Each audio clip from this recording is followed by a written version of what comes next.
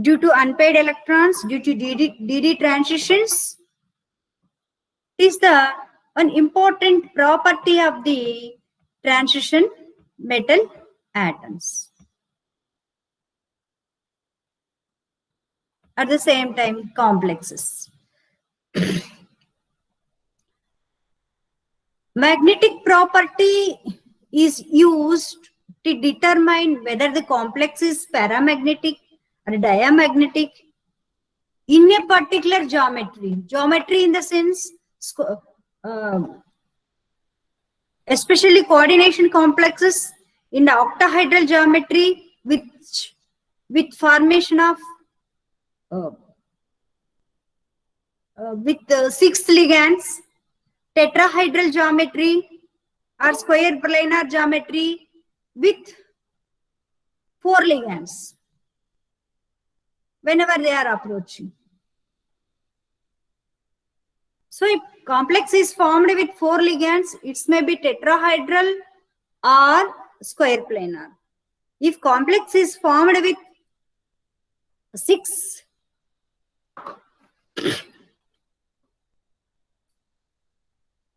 ligands, that is the octahedral geometry.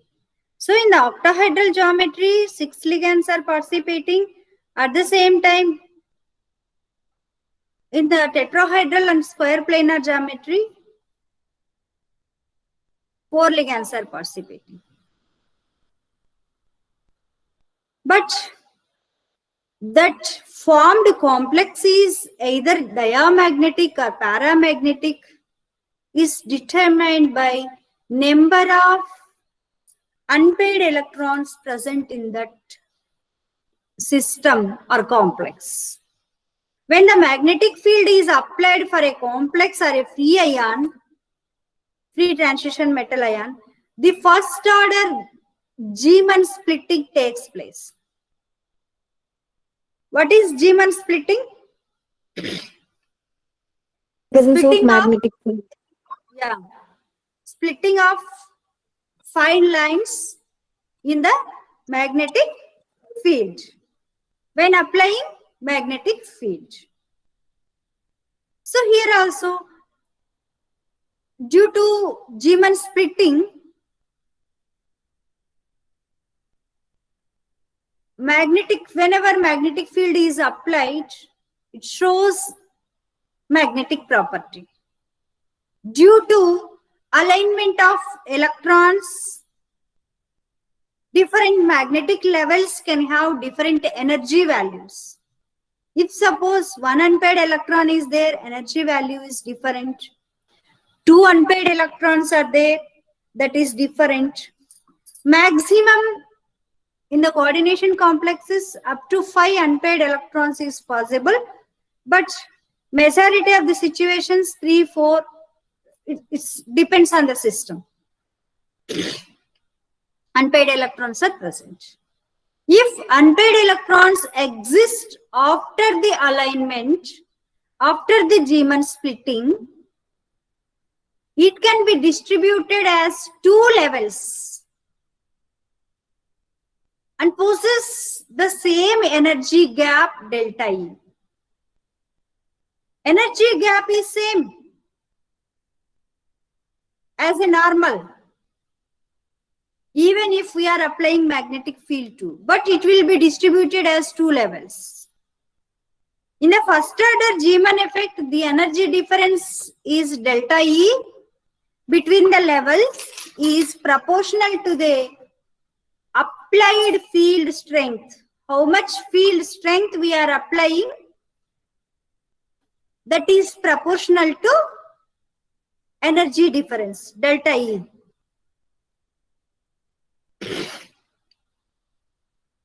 The Boltzmann distribution for the ratio of 2 levels is expressed as e to the power of delta minus delta E by kT. Here K is the Boltzmann constant, T is the Kelvin temperature, delta E is the energy difference between bonding and then anti-bonding energy difference. So in the first order Zeeman effect, the energy difference delta E between the levels is proportional to the applied field strength, applied magnetic field strength. The Boltzmann distribution for the ratio of two levels is expressed as e to the power of minus delta E by kT. At any one particular point, the delta value are much less when compared to kT. K is the Kelvin Boltzmann constant. T is the temperature, Kelvin temperature in Kelvin scale. That value at any one particular point, the delta value are much less when compared to kT value. At that time, the susceptibility term, we are showing term susceptibility, this is the susceptibility term, is inversely proportional to the temperature. So if delta E is very zero, at that time, this is inversely proportional to temperature. When the temperature increases, the corresponding value will decrease with constant proportionality. This is known as Curie constant. Curie constant or Curie law is when the temperature increases, the corresponding value is decreases. Susceptibility term is inversely proportional to temperature T. Temperature increases, the term value will be decreased with constant proportionality, is known as Curie constant. That is known as Curie law. It is used to determine the corresponding magnetic moment of the molecule. Magnetic moment of the molecules. And the value of C is known as its corresponding Curie constant. That value is known as corresponding Curie constant. You have to remember what is Curie law, what is Curie constant.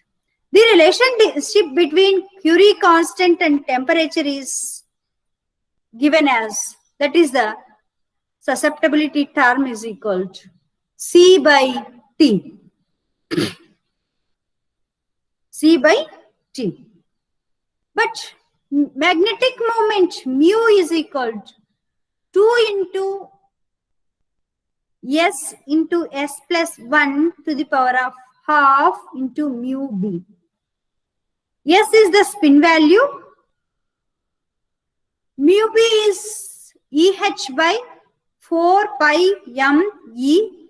That is the constant. That value is 9.274 into 10 to the power of minus 24 joule temperature inverse. But here spin value is half N. Half N. N is the number of unpaired electrons present on that particular system, on that particular complex.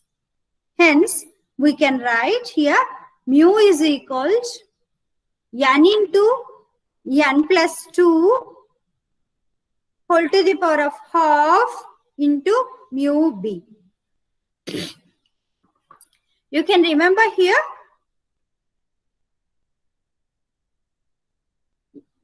mu is equal to N into N is the number of unpaired electrons. N into N plus 1 whole to the power of half into mu B. So with this equation, we can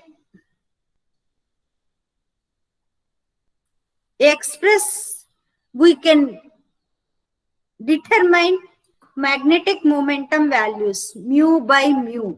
sorry, mu by mu b. So here mu by mu b is equal to n into n plus 2 whole to the power of half.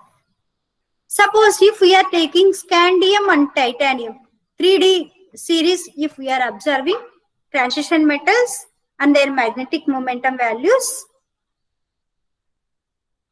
scandium electronic configuration is 4s2 3d1 in the outer cell. In the 4s2 3d1, 2s electrons, 1d electron will lose, that we are represented as scandium 3 plus. So here there is a 0 d electrons are present. 0 d electrons are present. If we are taking titanium 4 plus, its configuration is 4s2 3d2. Titanium lost 4 electrons in the outer shell. It formed as a titanium 4 plus. Here also configuration is d electrons. Number of d electrons are 0. So magnetic momentum value also 0 here. If suppose we are taking titanium 3 plus, one unpaired d electron is there, one unpaired d electron. So spin value is half. Anywhere one unpaired electron is there, it is a half. So value mu by mu b is equal to, that is n into n plus 1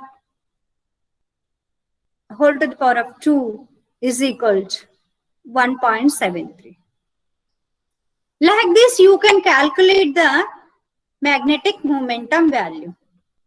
If you know, you has to, while calculating magnetic momentum value, you has to remember atomic number of the transition metal and electronic configuration also. If you know electronic configuration, so what is the ion present on that particular system? Vanadium is in 3 plus or 2 plus, or chromium is in 2 plus, or like that. You can easily identify number of unpaired d electrons. With that, you can easily calculate the magnetic momentum value. If magnetic momentum value you can calculate, so you can explain the system is paramagnetic or not. Suppose if you are seeing Zn2 plus, here D10 electronic configuration is there. In the D10 electronic configuration, all d electrons are pair up. There is no unpaired electrons. Hence, its magnetic momentum value is 0. If we are taking Cu2 plus, here D9, in the formation of copper 2 plus, 4s electrons are lost and D9 configuration is there here. But in the D9 configuration, 4 orbitals are filled, completely filled. One orbital, one d orbital is unpaired. Hence, here one unpaired electron is 1 only. In the nickel 2 plus d8 electronic configuration, here 2 unpaired electrons are present. So with this, you can calculate the number of unpaired electrons and then magnetic momentum value of the coordination compounds. So why magnetic momentum will shows importance?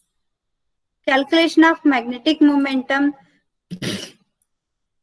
because this is the magnetic property of a metal is due to the spin and angular momentum.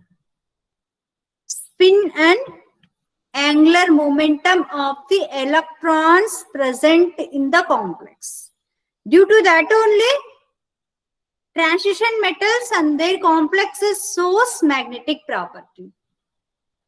Depends on the number of unpaired electrons present. With that only depends on the magnetic momentum value. On that only magnetic momentum value is depends.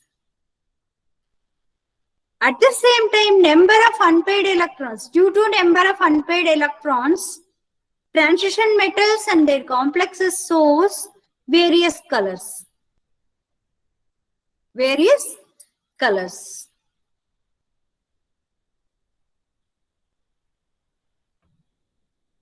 This is the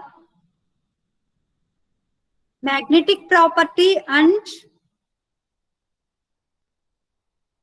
color of the coordination complexes, especially transition metal complex.